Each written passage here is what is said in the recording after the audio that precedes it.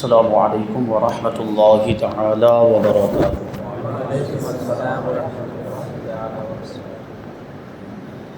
الحمد للہ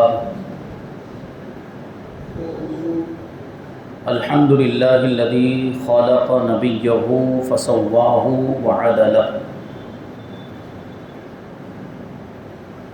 وجعلہ نورا وبرہانا وبالحق ارسلہ وعلى سائر الخلق فضله وشرفه والصلاة والسلام عليه وعلى آله وصحبه وعلى كل من عظمه وبجله أما بعد فأعوذ بالله من الشيطان الرجيم بسم الله الرحمن الرحيم یا ایہا الناس قد جاءکم برہان من ربکم وانزلنا الیکم نورا مبینا۔ صدق اللہ مولانا العظیم وصدق رسولہ النبی الامین المتین الکریم ونحن على ذلك لمن الشاهدین والشاکرین والذاکرین والحامدین والحمد للہ رب العالمین۔ آئیے ہم اور آپ سب سے پہلے حضور سرور کائنات فخر موجودات باعث تخلیق کائنات احمد مجتبی محمد مصطفیٰ صلی اللہ علیہ وسلم کی بارگاہ بے کس پناہ میں درود و سلام کا ہدیہ پیش کریں اور پڑھیں اللہم صلی علی سیدنا و مولانا محمد معظم الجود والکرم وآلہ الکرام وابنہ الکریم وبارک وسلم صلاۃ و سلام علیک یا رسول اللہ صلی اللہ تعالی علیہ وسلم۔ عزیزان ملت اسلامیہ، 2 دن پہلے حضور پاک صلی اللہ علیہ وسلم کے معجزات بیان کیے گئے تھے۔ آج انشاءاللہ تبارک و تعالیٰ اسی بیان کو ہم آگے بڑھائیں گے۔ حضور پاک صلی اللہ علیہ وسلم کے اور معجزات ہم سماعت کریں گے۔ اس دن معجزے کی تعریف کے معجزہ کسے کہا جاتا ہے یہ بیان کیا گیا۔ حضور پاک صلی اللہ علیہ وسلم کی مبارک آنکھوں کے معجزات بیان کیے گئے، آپ کی سماعت کے اور کان مبارک کے معجزات بیان کیے گئے، اور حضور پاک صلی اللہ علیہ وسلم کی زبان مبارک کے معجزات بیان کیے گئے۔ آج ہم انشاءاللہ تبارک و تعالی حضور کے دندان مبارک سے شروعات کریں گے۔ دندان کا مطلب ہوتا ہے دانت۔ حضور کے مبارک دانت بھی دیکھیں کیسی معجزانہ شان رکھتے۔ اللہ تبارک و تعالیٰ نے ایسی نرالی شان آپ کے دانت مبارک کو عطا فرمائی، دندان مبارک۔ حضرت ابو ہریرہ رضی اللہ تعالیٰ عنہ روایت کرتے ہیں، اذا ضحک یتلألأ فی الجدر لم ار مثلہ قبلہ ولا بعدہ، کہ جب حضور پاک صلی اللہ علیہ وسلم مسکراتے تھے، آپ کے دانت ظاہر ہوتے تھے تو دانتوں میں سے ایسا نور نکلتا تھا جس کا عکس دیواروں پر پڑا کرتا تھا۔ یعنی حضور کے دانتوں سے نکلنے والے نور کے ذریعے سے دیواریں روشن ہو جایا کرتی تھی۔ آگے حضرت ابو ہریرہ کہتے ہیں کہ حضور کے مثل نہ میں نے حضور سے پہلے کسی کو دیکھا نہ حضور کے بعد کسی کو دیکھا، کیونکہ حضور کے جیسا تو اللہ تبارک و تعالیٰ نے کسی کو بنایا ہی نہیں۔ حضور کے مثل کسی کا ہونا، حضور کی نظیر کا ہونا اہل سنت و جماعت کا عقیدہ ہے، محال اور ناممکن ہے کہ حضور کے جیسا کوئی ہو ہی نہیں سکتا۔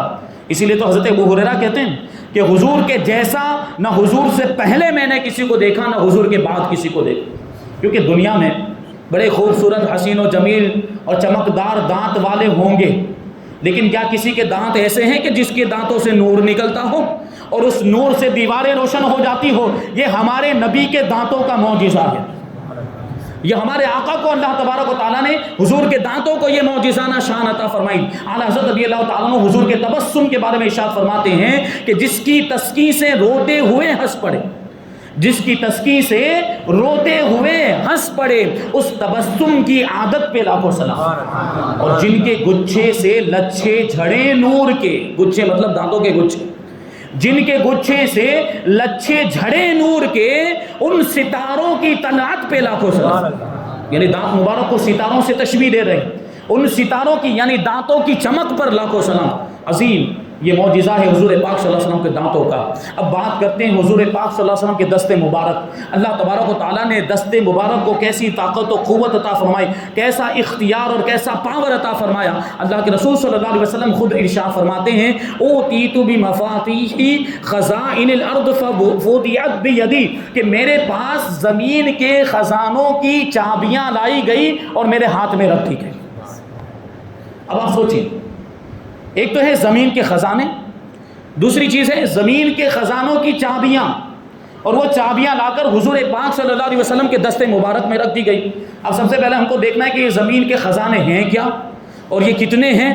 تو یہ تیل ہے، یہ پیٹرول ہے، یہ سونا ہے، چاندی ہے، ہیرے جواہرات، لوہا، پیتل وغیرہ دھاتیں، یہ سب زمین کے خزانے ہی تو ہیں۔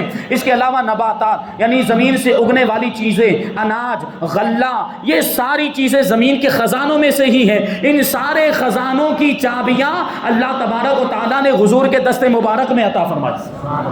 اچھا، اب یہ چابی دینے کا کیا مطلب ہوا؟ چابی دینا، کسی کو تالا یا چابی دے دینا، اس کا مطلب کیا ہوتا ہے؟ اس کا سیدھا سادہ مطلب یہ ہے کہ پورا اختیار دے دینا، پورا پاور دے دینا، پوری آتھارٹی دے دینا۔ اس کا مطلب یہ ہوا کہ اللہ تبارک و تعالیٰ نے حضور کو زمین کے خزانوں کی چابیاں دے دی، یعنی اللہ تبارک و تعالیٰ نے حضور کو زمین کے خزانوں کا مالک و مختار بنا دیا ہے کہ جس کو جو چاہیں جتنا چاہیں عطا فرما دیں۔ حضور تاج الشریعہ کہتے ہیں کہ جہاں بانی عطا کر دیں، بھری جنت ہبا کر دیں، نبی مختار کل ہیں، جس کو جو چاہیں عطا فرما دیں۔ اور حضور پاک صلی اللہ علیہ وسلم کے دست مبارک کی شان تو دیکھیں کہ حضور اشارہ فرماتے ہیں ہاتھ مبارک سے، اور جو اشارہ فرماتے ہیں ویسا ہی ہو جاتا ہے۔ جو اشارہ فرماتے ہیں وہ معجزہ بن کے عالم وجود میں آ جاتا ہے۔ ایسی شان جو ہے دست مبارک، یہی تو وہ ہاتھ ہے کہ جس کے اشارے سے چاند دو ٹکڑے ہو گیا، اور اسی ہاتھ کے اشارے سے ڈوبا ہوا سورج پلٹ آئے۔ ہمارے امام کہتے ہیں کہ سورج الٹے پاؤں پلٹے، چاند اشارے سے ہو چاک۔ سورج الٹے پاؤں پلٹے، چاند اشارے سے ہو چاک، اندھے نجدی دیکھ لیں قدرت رسول اللہ۔ جنگ احد کے موقع پر حضرت عبداللہ بن جحش رضی اللہ تعالیٰ عنہ کی تلوار ٹوٹ گئی۔ حضور پاک صلی اللہ علیہ وسلم کی بارگاہ میں حاضر ہوئے، عرض کرنے لگے یا رسول اللہ میری تلوار ٹوٹ گئی اور دوسری کوئی تلوار نہیں ہے، اور حضور کے پاس بھی کوئی تلوار نہیں تھی۔ اب دیکھیں حضور کے دست مبارک کا معجزہ، حضور پاک صلی اللہ علیہ وسلم نے کھجور کی ایک شاخ لی اور اس شاخ کو اپنے دست مبارک میں ایسے تھوڑی دیر رکھا، اور پھر حضرت عبداللہ ابن جحش کو دیتے ہوئے ارشاد فرمایا لو اور تلوار کی جگہ پر اس کو استعمال کرو۔ حضور کے دست مبارک میں جب تک وہ شاخ تھی تو وہ شاخ ہی تھی، لیکن جیسے ہی حضرت عبداللہ ابن جحش کے ہاتھ میں وہ شاخ آئی، وہ ایک چمکدار اور کاٹنے والی تیغ برہ بن گئی، اور اسی تلوار کے ذریعے سے حضرت عبداللہ ابن جحش نے کئی کافروں کے سر کو قلم کیا ہے۔ یہ حضور کے دست مبارک کا معجزہ۔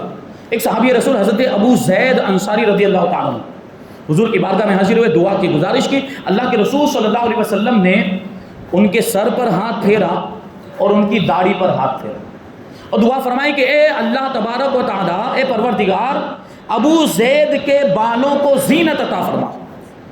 اب حضور پاک صلی اللہ علیہ وسلم کے دست مبارک کا معجزہ یہ ظاہر ہوا کہ حضرت ابو زید انصاری 100 سال کی عمر ہو جانے کے باوجود ان کے سر اور داڑھی کا ایک بھی بال سفید نہیں ہوا، اور بوڑھاپے میں بھی جوانی کا جمال باقی رہا۔ یہ حضور کے دست مبارک کا معجزہ ہے۔ ایک مرتبہ حضرت جابر ابن عبداللہ رضی اللہ تعالیٰ عنہ نے حضور کی دعوت کی، صحابہ کرام بھی ساتھ میں، بکری ذبح کی، بکری کو پکایا گیا، صحابہ کرام نے بھی تناول کیا، حضور پاک صلی اللہ علیہ وسلم نے بھی بکری کا گوشت کھایا۔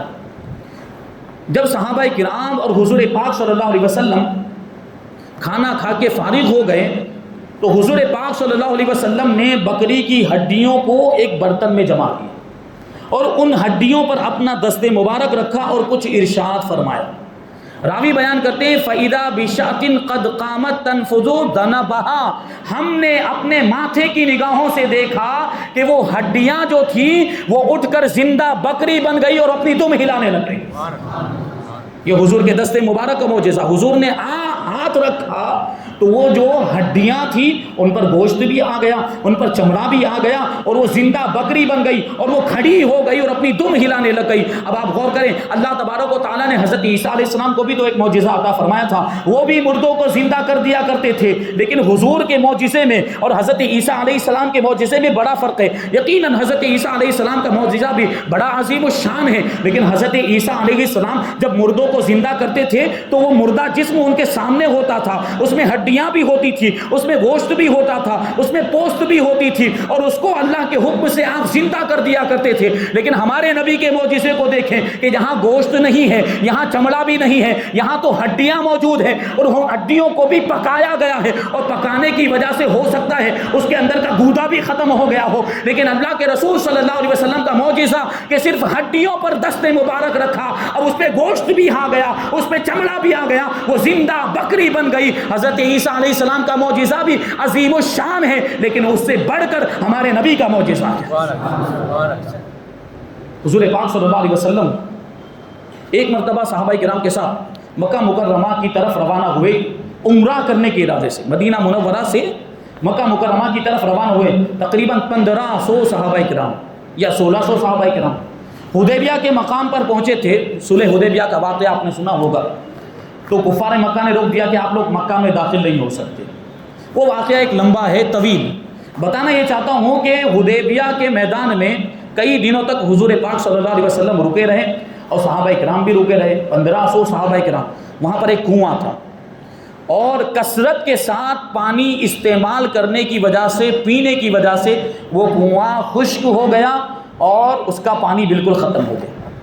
صحابہ کرام رضوان اللہ تعالی علیہم اجمعین حضور پاک صلی اللہ علیہ وسلم کی بارگاہ میں حاضر ہوئے اور عرض کرنے لگے، حضور کنویں کا پانی ختم ہو گیا ہے، اب پیاس لگی ہے، پینے کے لیے پانی نہیں، جانوروں کو پلانے کے لیے پانی نہیں، وضو اور غسل کے لیے بھی پانی نہیں بچا۔ اللہ کے رسول صلی اللہ علیہ وسلم نے ارشاد فرمایا کہ جو کچھ بھی برتنوں کے اندر تھوڑا بہت بھی پانی بچا ہو مشکیزوں میں، اس کو ایک برتن میں جمع کیا جائے۔ تو لوگوں نے نچوڑ کر مشکیزوں سے اور برتنوں سے ایک برتن کے اندر پانی جمع کیا۔ اللہ کے رسول صلی اللہ علیہ وسلم نے اس برتن کے اندر اپنا دست مبارک اس طریقے سے رکھ دیا، ہاتھ کو رکھنا تھا کہ انگلیوں کے درمیان سے یہ جو گھائیاں ہوتی ہیں یہاں سے پانی کے چشمے جاری ہو گئے، پانی کے چشمے جاری ہو گئے۔ اب صحابہ کرام نے خوب پیٹ بھر کے پانی پیا، اپنے جانوروں کو بھی پلایا، مشکیزیں بھی بھر لیے، سارے برتن جو لشکر میں تھے ان برتنوں کو بھی بھر لیا، وضو بھی کیا، غسل بھی کیا، لیکن پھر بھی وہ پانی ختم نہیں ہوا۔ حضرت جابر بن عبداللہ رضی اللہ تعالیٰ عنہ سے کسی نے بعد میں پوچھا کہ آپ لوگ اس دن کتنے تھے؟ حضرت جابر بن عبداللہ نے کہا کہ ہم 1500 تھے، لیکن خدا کی قسم لو کننا 100,000 لکفانا، کہ اگر ہم 1,00,000 کی تعداد میں بھی ہوتے وہ پانی ہم سب کے لیے کافی ہو جاتا۔ اور دیکھیں یہ پانی کتنا مبارک۔ آب زمزم کے بارے میں آپ نے سنا کہ اس میں شفا ہے، جس مقصد کے لیے آب زمزم کو پیا جائے اس مقصد میں فائدہ ہوتا ہے۔ روحانی بیماری کے لیے پیے، جسمانی بیماری کے لیے پیے، اس میں فائدہ۔ اور آب زمزم کی شان یہ ہے کہ وہ کھانے کا بھی کام کرتا ہے، پینے کا بھی کام کرتا ہے۔ آپ اگر آب زمزم پی لیں تو نہ آپ کو بھوک لگے گی نہ پیاس لگے گی۔ اور آب زمزم کی ایک خصوصیت یہ ہے کہ اگر خوب زیادہ بھی آپ پی لیں پھر بھی حاجت کا احساس نہیں ہوتا، پیشاب نہیں لگتی ہے، یہ آب زمزم کی خصوصیت۔ اب سوچیں کہ آب زمزم میں یہ برکت کہاں سے آئی؟ کیونکہ آب زمزم ایک نبی کے ایڑی رگڑنے کی وجہ سے نکلا تھا۔ کون؟ حضرت اسماعیل علیہ السلام۔ حضرت اسماعیل علیہ السلام نے ایڑی رگڑی تھی تو وہاں سے زمزم کا چشمہ اور کنواں جاری ہو گیا، نبی کے جسم سے نہیں نکلا ہے۔